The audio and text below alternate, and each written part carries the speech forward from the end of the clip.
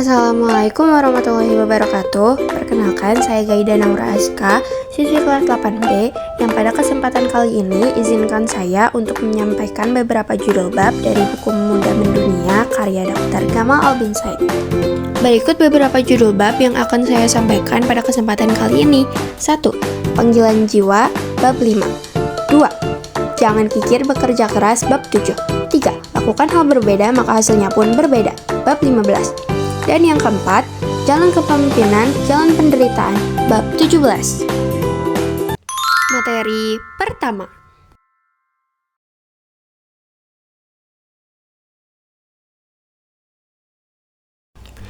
Sejak kecil, ketika aku berobat ke dokter, aku senantiasa menatapnya sebagai sosok malaikat penolong dan pemberi harapan yang kerap kali mengobatiku.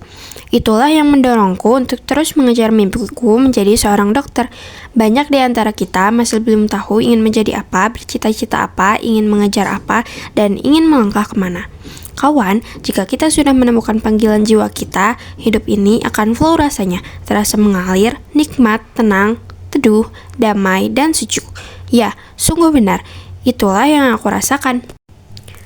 Oleh karenanya, jika kita ingin menikmati kehidupan dengan pencapaian yang optimal, pastikan hidup kita memenuhi 3 hal: pleasure, strength, dan juga meaning. Hal yang kita sukai, ahli, dan bermakna. Pertama, pleasure, bidang yang kita sukai, seperti pemain sepak bola. Mereka seperti liburan 365 hari dalam setahun.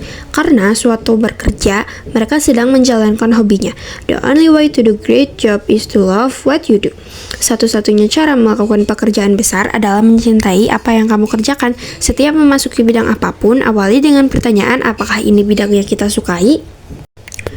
Kedua, strength. Jika kita berusaha lalu gagal, apa yang akan kita lakukan? Orang-orang akan mengatakan coba lagi. Kalau gagal lagi, orang-orang akan mengatakan coba lagi. Pertanyaan saya, coba lagi, sampai kapan? Bagi saya tidak. Pada titik tertentu mungkin kita harus berhenti dan menyadari dengan sepenuhnya bahwa ini bukan bidang keahlian kita. Sisakan ruang dalam hati dan pikiran kita bahwa jangan-jangan ini bukan bidang keahlian kita. Pastikan pekerjaan kita bukan hanya bidang yang kita sukai, tapi bidang yang kita kuasai. Mengerjakan hal yang kita sukai tanpa kapasitas yang memadai hanya menghabiskan waktu, tenaga, pikiran pada tempat yang tidak memberhasilkan. Dan yang ketiga, meaning. Bisa jadi sesuatu itu kita sukai, kita kuasai, tapi ternyata tidak bermakna, tidak bermanfaat bagi orang lain, tidak menyejahterakan kehidupan kita, tidak membahagiakan orang-orang yang kita cintai, dan tidak membawa kebaikan untuk akhirat kita. Oleh karena itu, pastikan apa yang kita kerjakan bukan hanya kita sukai dan kuasai, tapi juga membawa kebaikan bagi kehidupan dunia dan akhirat kita. Kawan, untuk apa berhasil dan dipuja-puji di dunia, tapi kelak menderita dan disiksa di neraka? Beberapa banyak di antara kita mengejar sesuatu yang disesali para penghuni kubur. Oleh karena itu, jangan mati-matian mengejar sesuatu yang tidak bisa dibawa mati. Jika yang kita inginkan kemuliaan abadi, jangan biarkan hati kita memuliakan hal-hal yang fana. Divine Calling. Panggilan jiwa akan memberikan kita ketegasan untuk menolak hal-hal yang tidak kita sukai, memberikan kita keberanian untuk menolak hal-hal yang tidak kita kuasai, memberikan kita kekuatan untuk meninggalkan pekerjaan yang tidak bermakna. Ketika kesukaan bertemu ketangguhan, lalu kau bungkus dengan ketulusan, maka lihatlah bagaimana Allah membesarkanmu. Materi kedua. Jangan kikir bekerja keras. Pada tahun 1960, terdapat sebuah penelitian marshmallow. Tak kalah sekelompok anak diberikan 1 permen, dan mereka dijanjikan akan mendapatkan permen lebih jika sedikit bersabar, menunda makan permen selama 15 menit. Apa yang terjadi? Sebagian besar dari mereka tak mampu bersabar sejenak untuk mendapatkan lebih banyak permen. Kemudian lahirlah sebuah teori delaying gratification. Kemampuan kita untuk secara sukarela mengatur siklus kenyamanan dan ketidaknyamanan sedemikian rupa sehingga kita dapat bersabar dalam ketidaknyamanan sebentar untuk dapat menikmati kenyamanan yang lebih lama. Bagi saya, teori ini sudah diajarkan 1400 tahun yang lalu, saat kita diperintahkan berpuasa. Sadarkah kita buka puasa begitu lezat dibanding makanan malam pada umumnya? Karena diawali makan sepanjang hari. Teori ini bisa digunakan pada bidang apapun. Misalnya menjadi pengusaha adalah orang yang mau melakukan sesuatu yang orang lain tak mau lakukan untuk merasakan sesuatu yang orang lain tak mampu rasakan. Beragama juga demikian. Ketika ingin masuk surga, kita diminta bangun jam 4 pagi, sholat tahajud.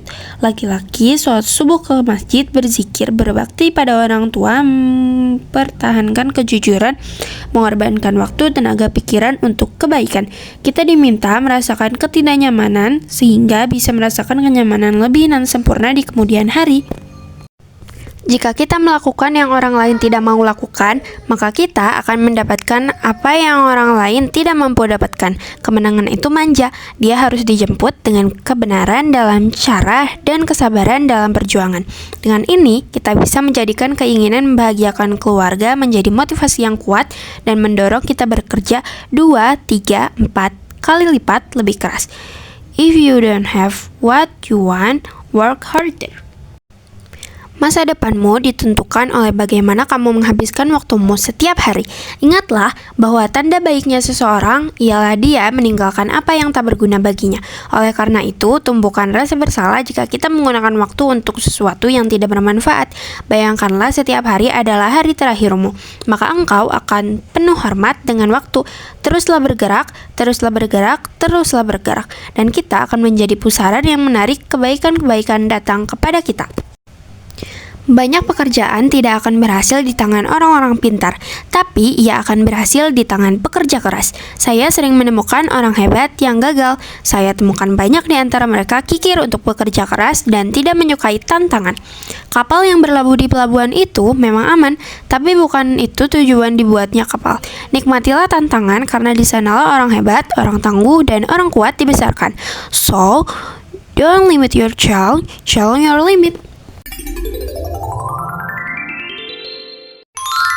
Materi ketiga. Lakukan hal berbeda, maka hasilnya pun berbeda. Tahun 1920, John Goddard mengumumkan kemungkinan penggunaan roket untuk menerbangkan manusia keluar angkasa. Publik meremehkan dia, dianggap setengah gila oleh teman-temannya, dan dijuluki manusia bulan oleh koran The New York Times. Ketika New York Times menyebut dia manusia bulan di tahun 1920, jawabannya adalah setiap visi adalah lelucon. Sampai orang pertama menyelesaikan itu, setelah direalisasikan itu menjadi hal biasa. Dia terus tekuni pengembangan roket. 50 tahun kemudian, manusia benar-benar mendarat ke bulan memanfaatkan roket.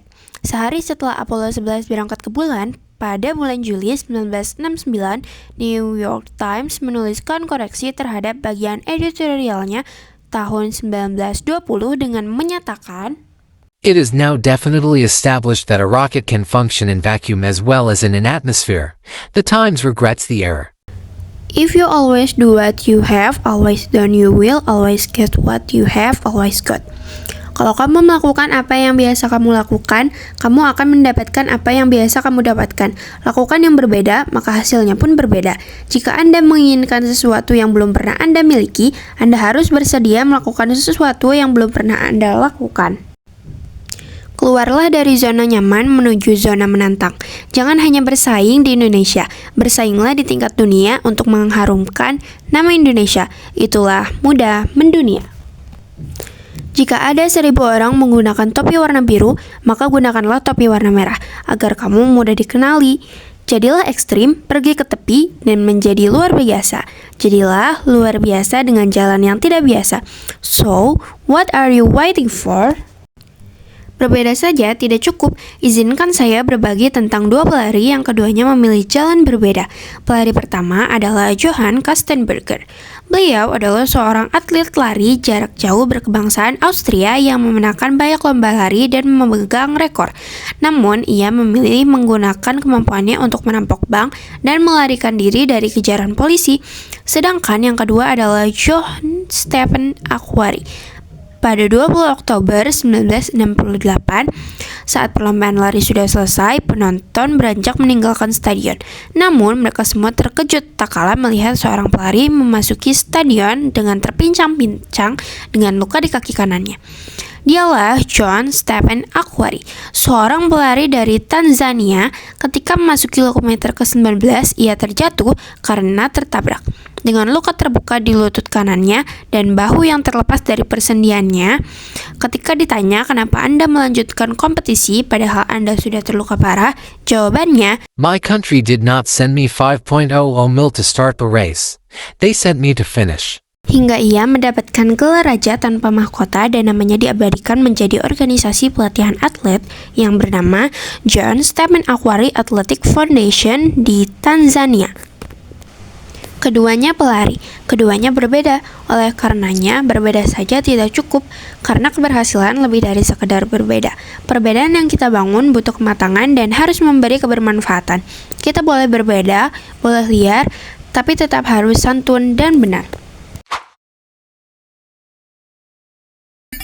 Materi keempat, jalan kepemimpinan, jalan penderitaan. Pemuda itu ibarat matahari pukul 12.00. Saat bersinar paling terang, paling panas, dan membara, kita sering lupa yang tak memaknai, membiarkan ia berlalu tanpa berkah. Masa muda hampir berlalu, tak ada waktu untuk berpangku tangan. Saatnya berlari lebih cepat. Jangan biarkan masa muda berlalu begitu saja tanpa karya yang mempesona. Don't let anyone look down on you caused by you are young. Jangan biarkan orang meremehkan Anda karena Anda masih muda. Tidak peduli usia kita, siapapun yang punya ide dan gagasan, mereka punya tempat untuk bekerja di negeri ini. Mari melihat sejenak keteladanan integritas dari pemimpin-pemimpin terdahulu kita yang membuat mata kita basah. Kiai Haji Agus Salim hidup dengan istri dan 8 orang anaknya dalam rumah kecil dengan 1 kamar dan berjualan minyak tanah eceran untuk memenuhi kebutuhan hidupnya. Bahkan ketika ada acara di Yogyakarta, beliau membawa minyak tanah untuk membiayai perjalanannya. Apa nasihat beliau? Ada 2 bahasa dalam bahasa Belanda yang diucapkan sama tapi tertulis berbeda, yaitu Leiden dan Liden. And leadership isn't Leidensweg. Leiden is Leiden. Yang berarti jalan kepemimpinan adalah jalan penderitaan. Memimpin adalah menderita.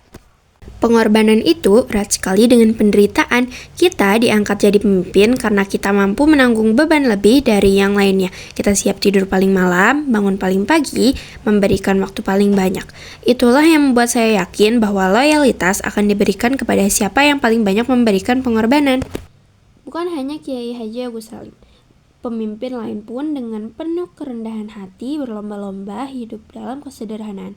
Ketika Menteri Keuangan era Soekarno, Pak Syafruddin yang tak mampu membeli popok untuk anaknya, Perdana Menteri kelima Indonesia Muhammad Natsir menggunakan jas tambal dan menggayuh sepeda ontel ke rumah kontrakannya. Kita rindu sosok Natsir yang rela meninggalkan kuliahnya demi memerdekakan bangsanya. Berani tinggalkan zona kepastian menuju zona ketidakpastian. Muhammad Hatta tak mampu membeli sepatu impiannya hingga akhir hayat. Abdul Rahman Baswedan yang harus meminjam telepon tetangganya. Jenderal Huygens tak menempati rumah dinas di Jalan Patimura, Jakarta Selatan. Ia memilih tinggal di rumah sederhana di Jalan Madura, Jakarta Pusat. Dari mereka, saya belajar, puncak kebijaksanaan kan kau capai tak kala kau bersihkan diri dari kepentingan pribadi. Hal yang kerap kali membuat kita jauh dari integritas adalah tak kala motivasi rendah seperti harta tahta wanita mengalahkan motivasi tinggi seperti kehormatan, kejujuran, dan kebesaran hati. Kawan, suatu saat nanti bangsa ini akan menyadari bahwa kita, pemuda Indonesia, adalah orang yang dinanti-nanti.